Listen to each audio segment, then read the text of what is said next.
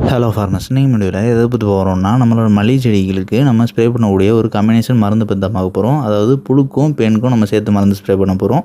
And குவான்டிஸ் அப்படிங்கிற பயோஸ்டிமுலண்ட்டோட சேர்த்து. So என்னென்ன மருந்துகள் அப்படிங்கிறத பற்றி பார்த்துடலாம்.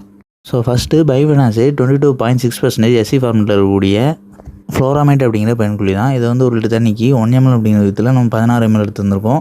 ஸோ இது வந்து நேரடி தொடர்பு மூலயமா பெண்கள் மேலே பட்டா மட்டும் தான் பெண்களையும் ஸோ இலைகளுக்கு பின்புறம் படுற மாதிரி நம்ம ஸ்ப்ரே பண்ணணும்.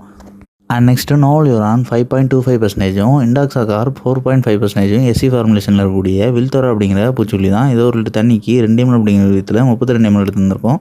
ஸோ இதுவுமே நேரடி தொடர்பு மூலியமாகவோ இல்லைனா நம்ம ஸ்ப்ரே பண்ணக்கூடிய இடத்துல புழுக்கள் வரும்போது அழியும். அண்ட் நெக்ஸ்ட்டு குவான்டிஸ் அப்படிங்கிற பேஸ்டமெண்ட் வந்து 1 லிட்டர் தண்ணிக்கு 2 ml அப்படிங்கிற விதத்தில் நம்ம எடுத்துருந்துருக்கோம், 32 ml எடுத்துருந்துருக்கோம்.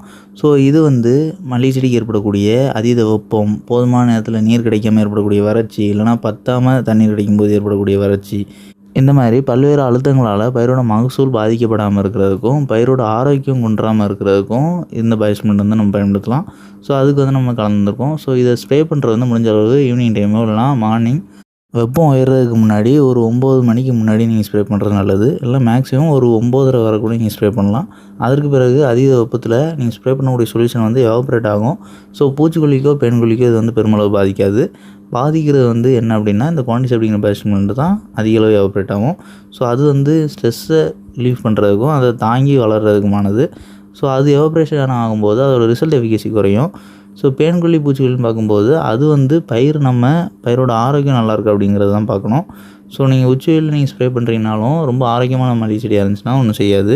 இதுவே ஆல்ரெடி ஸ்ட்ரெஸ்ஸுக்குள்ளே இருக்கக்கூடிய மல்லிகை செடியாவோ இல்லைனா போதுமான நீர் கிடைக்காம கொஞ்சம் கொஞ்சமாக ஆரோக்கியம் குன்றிட்டு இருக்கக்கூடிய மல்லிகை செடியில் இருக்கும் பட்சத்தில் நீங்கள் வந்து பகல் வேளையில் ஸ்ப்ரே பண்ணுறது தவிர்க்கிறது நல்லது. அண்ட் இந்த வீடியோவில் டவுட் இருந்துச்சுன்னா கமெண்ட் பண்ணுங்கள். இந்த மாதிரி மல்லிகை செடிக்கு பயன்படுத்தக்கூடிய வேறு எந்த ஒரு மருந்துகளை பற்றி தெரிஞ்சுச்சிங்கன்னா அந்த மருந்துகளோட பேரையும் மறக்காமல் கமெண்ட் பண்ணுங்கள். அண்ட் நம்மளோட அக்ரிகல்ச்சர் சேனல் நீங்கள் புதிய வீடியோ பார்க்கக்கூடிய விஷயம் இருக்குது அப்படின்னா நம்மளோட சேனலை மறக்காமல் சப்ஸ்கிரைப் பண்ணிங்க.